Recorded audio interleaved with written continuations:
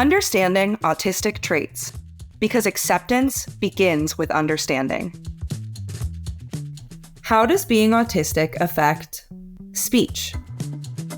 My experience is primarily with children with autism who often come to us with a speech delay or the inability to communicate their wants and needs in a functional manner. So our job is to give them those skills so that they can, at the very least, get their basic needs met. I sometimes and always get frustrated and upset sometimes because of being repetitive and being on the same topics about life and bringing that up over and over and over again. It didn't affect my speech as far as when I started speaking, but it does affect the way I use words and construct sentences. And I love it because in my mind, when I'm writing, because I'm a writer, I phrase things uniquely. My grammar kind of affects me, but I'm learning how to use Grammarly. Honestly, yes, it does affect my communication because, I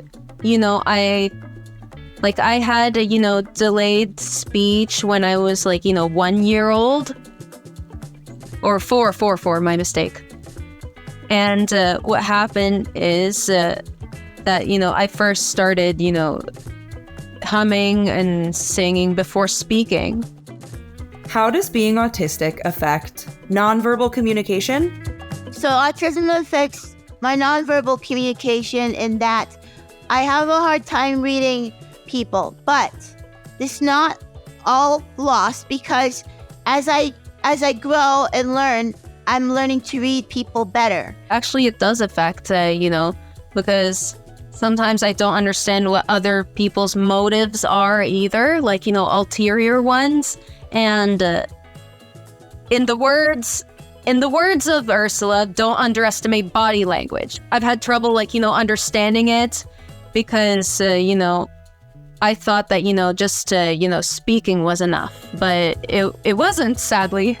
And it took a while to, grasp that. And in addition to socializing, it just felt like, juggling 3 things at once in that regard. People used to always think I was mad because I only had one face, even though on the inside I had all my feelings there. But my face, it never showed on my face. How does being autistic affect mental health? So about 75% of individuals who have ASD also have some level of co-occurring diagnosis. So whether that's, anxiety or depression or ADHD, those are things that we're looking for, and those are the kind of our presentations that we're seeing on a regular basis. Females with ASD are 9 times more likely to attempt suicide than the general population. So, this is very serious, and we really want to do what we can to educate people, but to also train practitioners and service providers. Being autistic affected my mental health greatly growing up, not knowing it. I got into depression early.